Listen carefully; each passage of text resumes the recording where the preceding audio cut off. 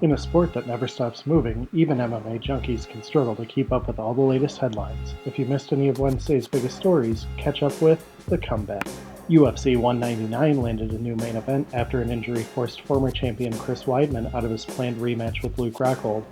Michael Bisping will finally get a shot at a UFC title after 25 trips to the octagon when he steps in on 2 weeks' notice to rematch Rockhold, who dominated him en route to a second-round submission at UFC Fight Night 55.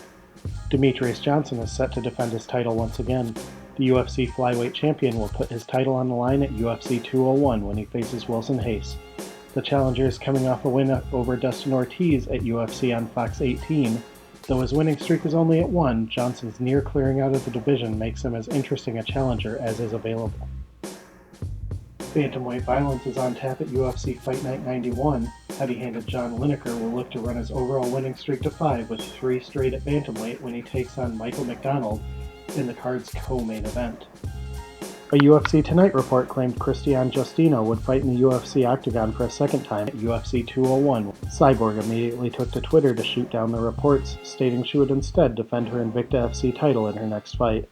During her Twitter rant, Justino told the UFC not to mislead fans and pointed out she was not even allowed to bring her Invicta belt to press events prior to her UFC 198 debut knockout of Leslie Smith.